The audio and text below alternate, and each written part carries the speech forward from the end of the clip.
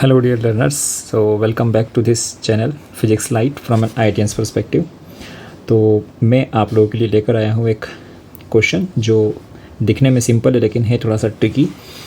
ध्यान से देखिए, क्वेश्चन हम पढ़ते हैं पहले।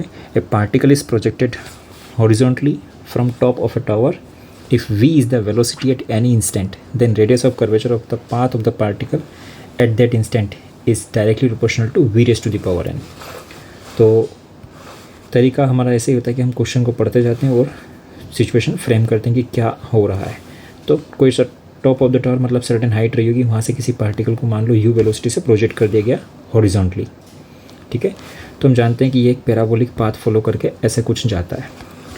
अब v is the velocity at any instant, तो किसी इंस्टेंट पे पार्टिकल मान लो यहाँ पर कहीं पे पहुँचा है और उसकी वेलोसिटी v है, तो हम जानते हैं ये वेलोसिटी टेंजेंशियल होती है।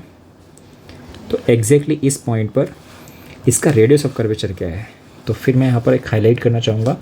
रेडियस ऑफ कर्वेचर फाइंड करने वाले क्वेश्चंस का एक पैटर्न है जो कि एक इम्पोर्टेंट टॉपिक है, ध्यान रखिएगा आप। ठीक है, तो यहाँ पर जो रेडियस ऑफ कर्वेचर पूछा, मतलब ये जिस लोकेशन पर है पर्टिकुलर इंस्टेंट पर, उस इंस्टेंट पर ये किसी सर्कुलर, इसका जो कर्वी पाथ है उसको मैं किसी सर्कल का पार्ट मानूँ तो उस सर्कल का रेडियस कितना होता है वही उसका रेडियस ऑफ कर्वेचर कहलाता है। कि फॉर एग्जाम्पल थोड़ा सा पार्ट इसका जो है वो किसी सर्कल का पार्ट रहा होगा, तो ऑब्वियस सी बात है कि ये जो डिस्टेंस होने वाली है ये इसकी रेडियस ऑफ कर्वेचर कहलाती है। अब आइडिया क्या है कि रेडियस ऑफ कर्वेचर यदि मान लो सर्कुलर पार्ट होता है तो मान लो उस पॉइंट पर किसी पार्टिकल की वेलोसिटी v है, रेडियस ऑफ कर्वेचर यदि r है, और यदि मैं ये देख लूँ कि अलोंग द रेडियस मेरे पास कुछ कंपोनेंट है जिसको मैं a परपेंडिकुलर बोल दूँ, तो सिंस इसको पर्टिकुलर इस मोमेंट के लिए सर्कुलर मोशन का पार्ट माना जा सकता है, so this a perpendicular is nothing but centripetal acceleration, so there must be some relation a perpendicular to v square by r। यहाँ से हम रेडियस ऑफ कर्वेचर का फॉर्मूला ऐसा निकालते हैं v square by a perpendicular या normal acceleration. तो अब देखो ध्यान से, यहाँ पे क्या हुआ होगा, एग्जैक्टली इस इंस्टेंट पर जो ग्रेविटी है वो इस डायरेक्शन में लग रही है।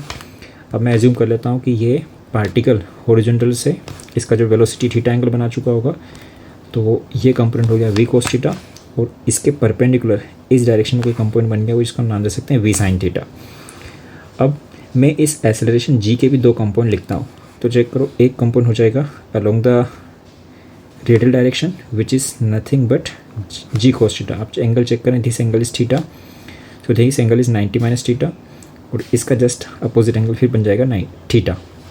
तो ये कंपोनेंट बन गया अपना g cos थीटा, तो दिस इज़ a परपेंडिकुलर। तो यहाँ से मुझे एक जो फॉर्मूला लिखा था मैंने, this is g cos theta which is equal to velocity at that point divided by r, और हमें r फाइंड करना है, तो ये कितना हो जाएगा v square divide by g cos theta. Now the question is, मुझसे पूछा है कि रेडियस वेलोसिटी के इंस्टेंटेनियस वेलोसिटी के n के पावर के प्रोपोर्शनल है। तो मैं डायरेक्टली यहाँ से भी रिलेशन बोलने की कोशिश करूँगा तो ये गलती हो जाएगी, क्योंकि यहाँ पे cos थीटा जो है वो कांस्टेंट नहीं है, cos थीटा को मुझे एलिमिनेट करना पड़ेगा। तो एक बात हम अच्छे से जानते हैं कि since there is no acceleration in horizontal direction, it means velocity in horizontal direction is not going to change. So whatever is the velocity at this instant v cos theta, that must be equal to initial velocity.